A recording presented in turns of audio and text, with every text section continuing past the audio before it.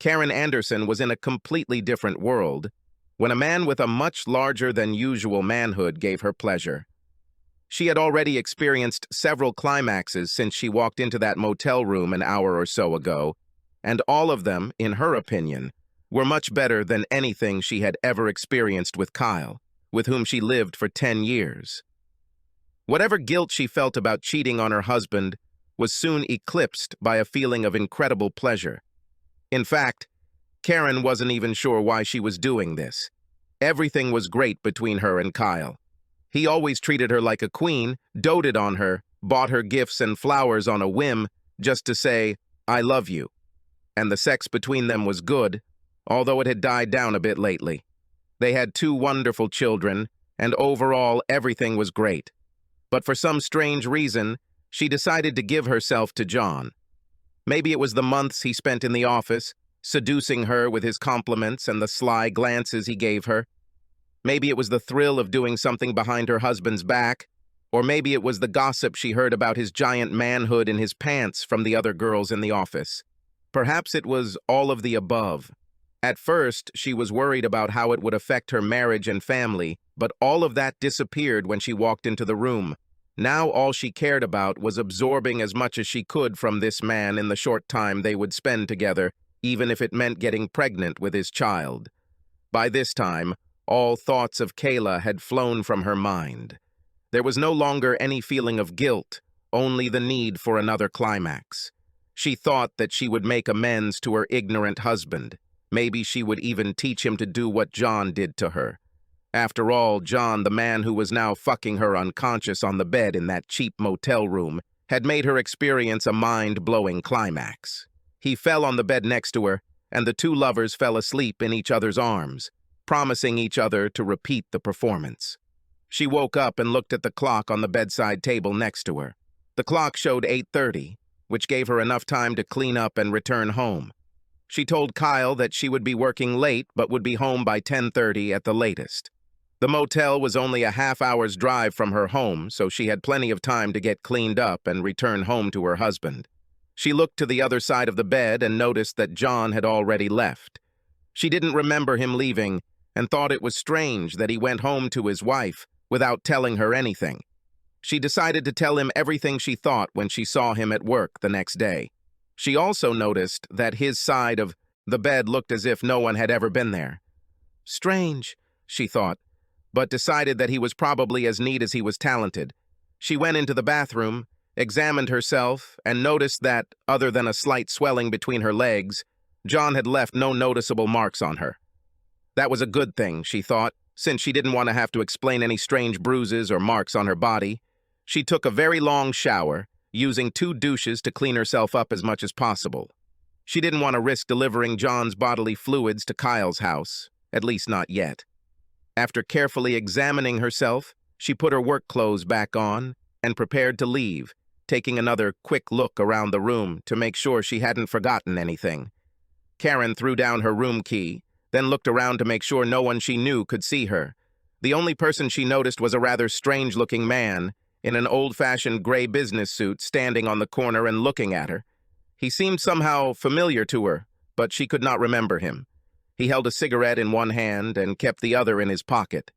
However, what struck her was the lack of any natural color. He looked like a character straight out of an old black-and-white TV show from the 1960s. She returned to her car, got into it, and noticed that the interior was covered in dust and smelled musty, as if the car had been sitting idle for a long time. It's strange. Just a few hours ago, everything was different, she thought. She rolled down the window to ventilate it and tried to start the car. At first it wouldn't start, but after she pressed the gas pedal a few times, it came to life and black smoke came out of the exhaust pipe. She pressed the gas pedal a few times to make sure the car would start, making a mental note to ask her husband to take a look at it in the morning. She headed home, wondering if Kyle would notice any changes in her. Let's hope he doesn't even notice. She returned home a few minutes before 10 and saw 2 strange cars in her driveway. This is strange, she thought. Kylie didn't say anything about having company. The house also seemed a little different to her.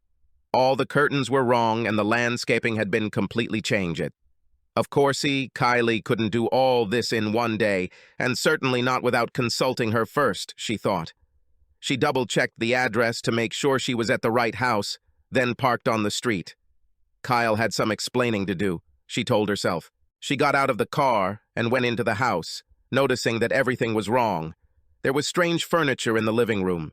All her photos and precious trinkets were gone, replaced, and to make matters worse, there was an older black couple sitting on the couch looking at her strangely. "Who are you people, and why are you in my house?" asked Karen. The man stood up and looked at Karen strangely. "I'm Al Jorgensen," he said, "and this is my wife Amanda," he added, pointing to the attractive woman sitting next to him. "Who could you be, miss? And why are you in our house?" "My name is Karen Anderson, and I have lived in this house with my husband Kyle for the last 8 years, she said. "I don't understand. What's happening?" "Miss, I think you might want to leave now," Al said. "We bought this house from Mr. Anderson a year ago after his divorce became final." "Divorce?" Karen asked in shock. "What kind of divorce? I was just here this morning with my husband before leaving for work." Al began to approach Karen. "Miss, I really think you should leave before I have to call the police." "Yes, please call the police," Karen said. "Something is going on here, and I intend to get to the bottom of it. This must be one of Kyle's pranks." Al picked up his phone and dialed 911. After speaking to the dispatcher, he hung up and spoke to Karen. "The police will be here in a few minutes," he said. "You can sit down if you want to wait for them here," he added, motioning for her to sit in the deep chair next to the sofa. Karen sat down, wondering what she should do next. She pulled out her smartphone and suddenly realized that it was dead. This was also strange since she always kept it charged so that Kyle or her children could contact her at any time. "Sorry to bother you, but can I please use your phone to call my husband?" asked Karen.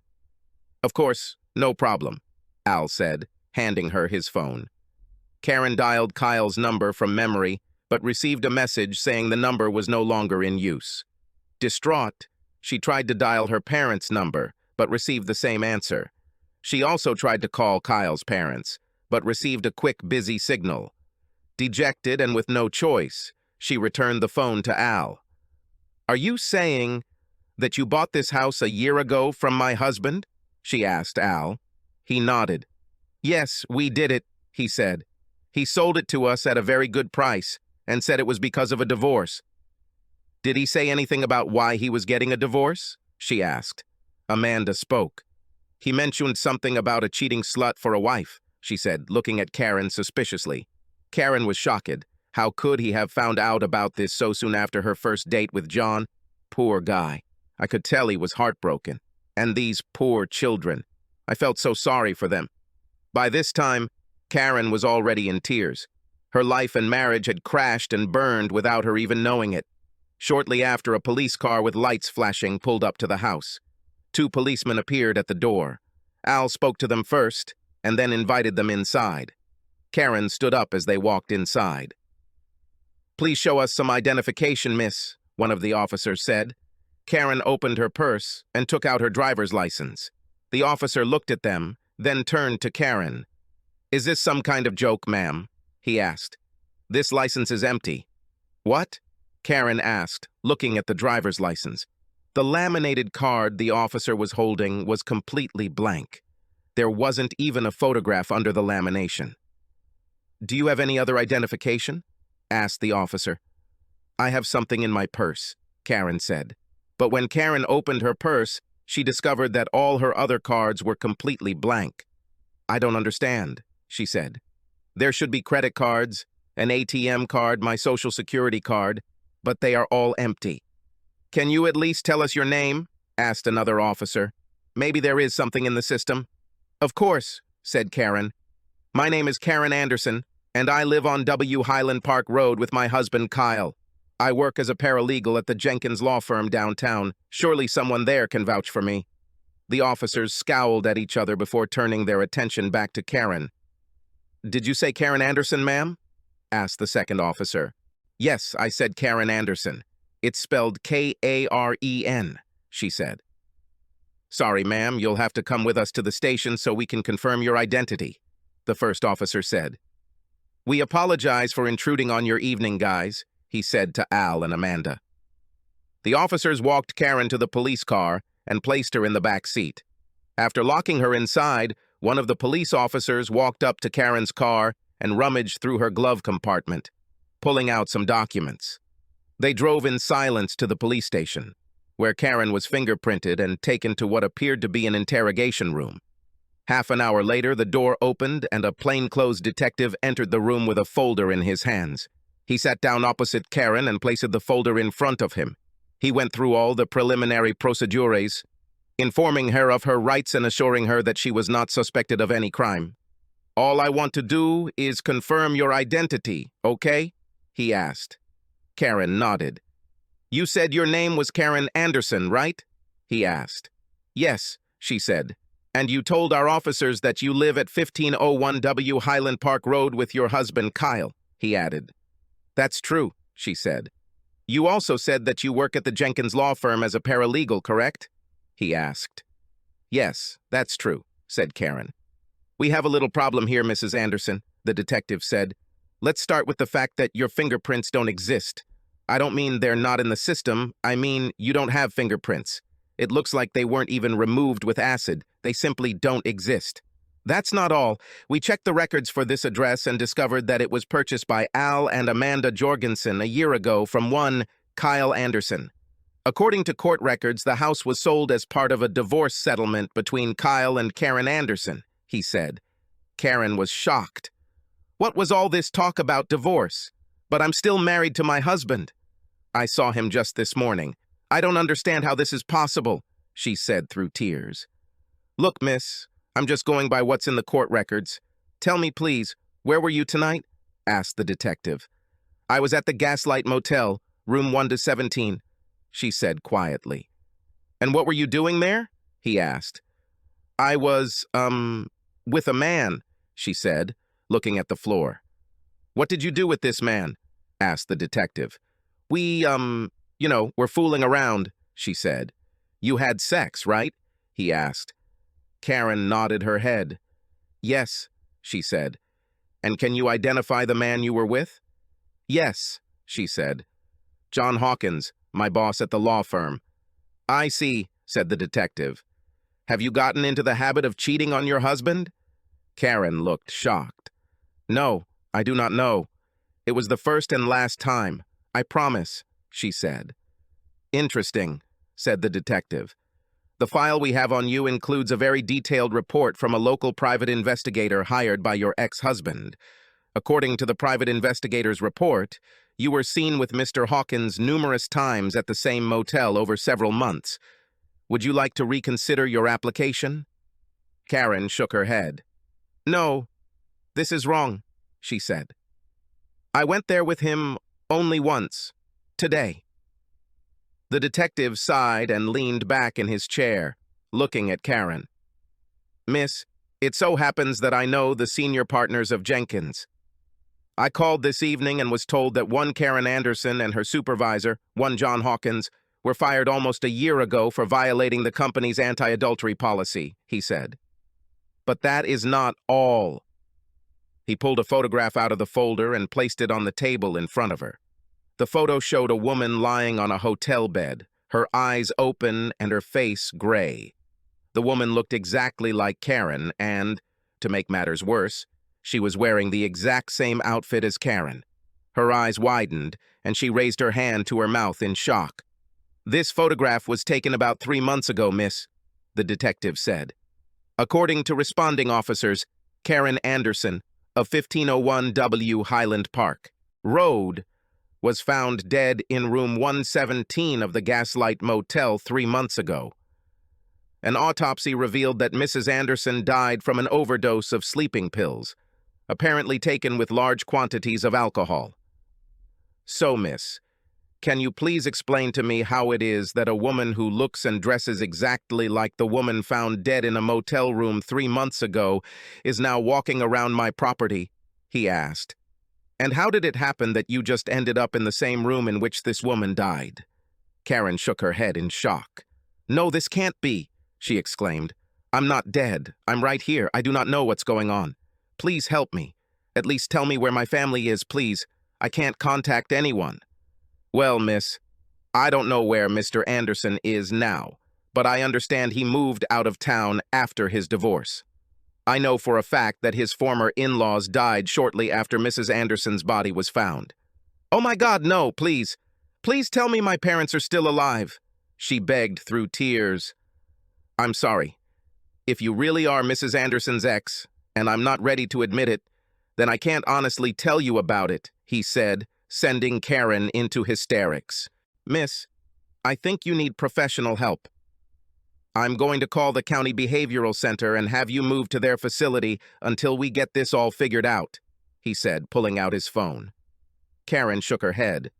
"No, please don't do this. I do not know what's going on.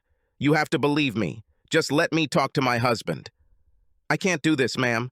I don't even know who you really are. You look like the late Mrs. Anderson. You dress like her. You seem to know some intimate details of Mrs. Anderson's life. You even drove Mrs. Anderson's car, although I'm not sure how you managed to start it after sitting there for so long. By the way, the registration plates on this car expired a while ago, so we will impound it until you can prove ownership and update the registration.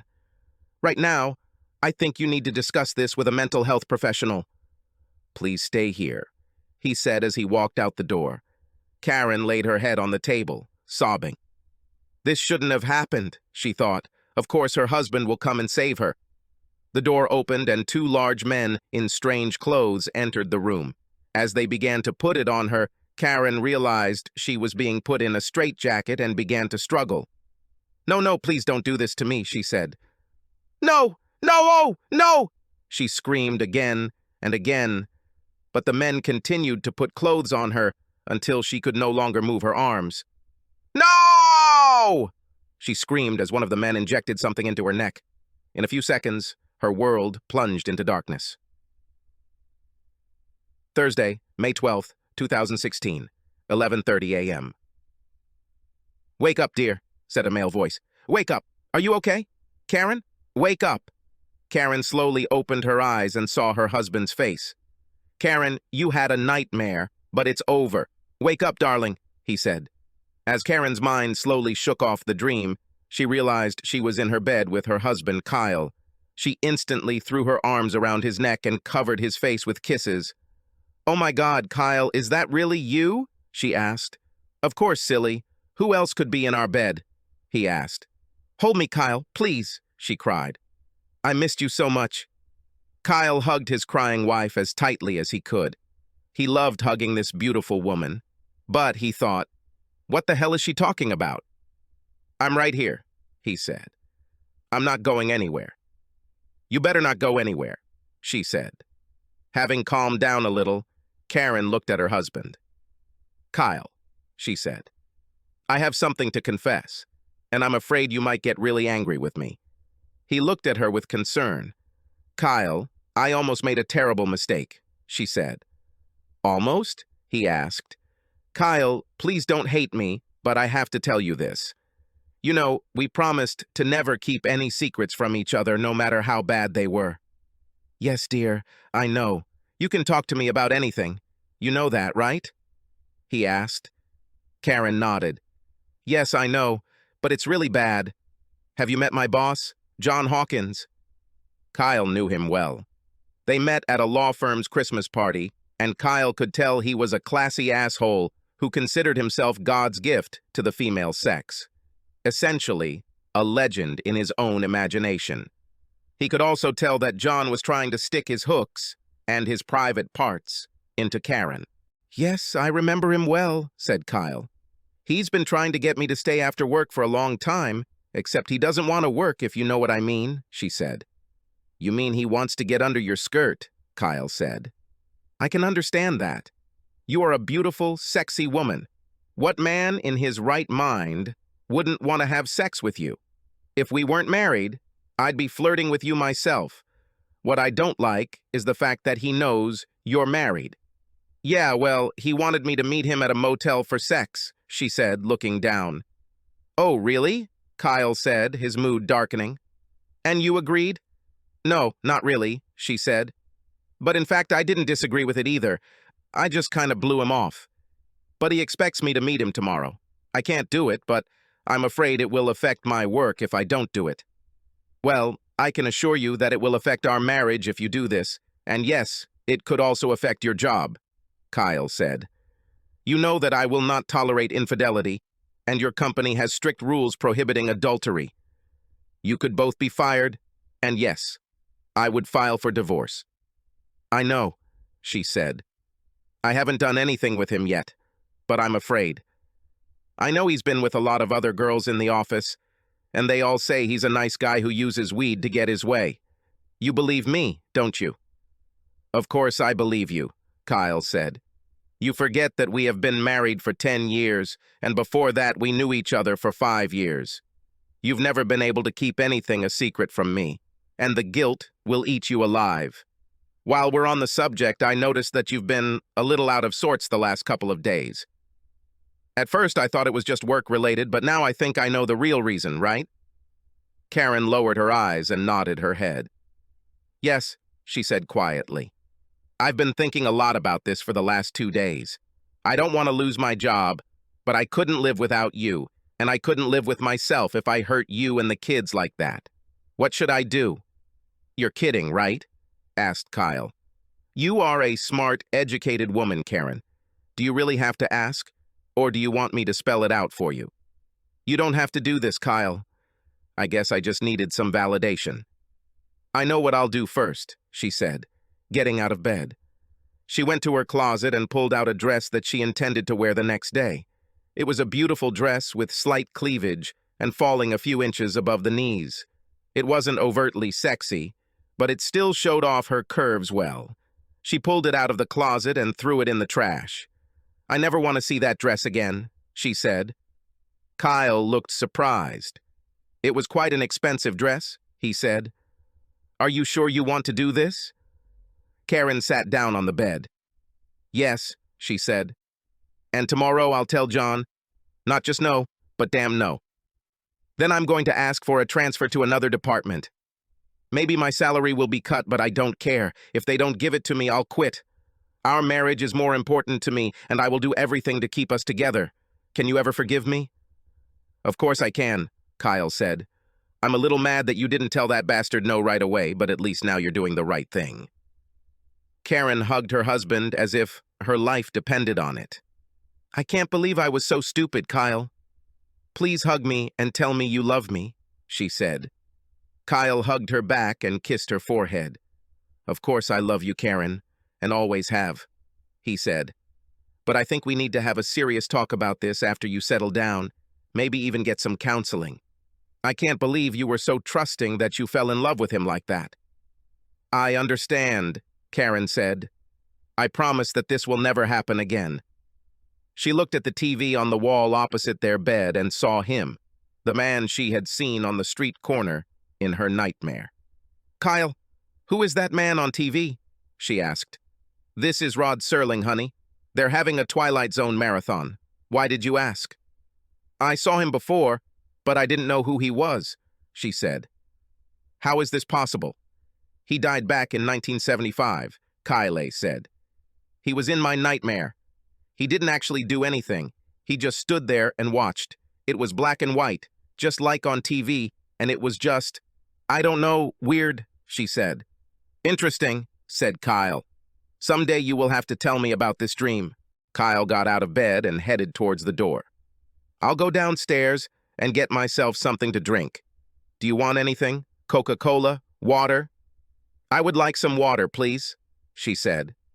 After Kyle left the bedroom, Karen thanked the heavens for the dream she had. She suddenly realized that she had almost entered the twilight zone of betrayal. Subscribe to our channel so that your second chaff doesn't cheat on you, and go ahead and listen to the next story, because this story is nothing compared to the next one. If you're under 18, don't even think about listening to the next one.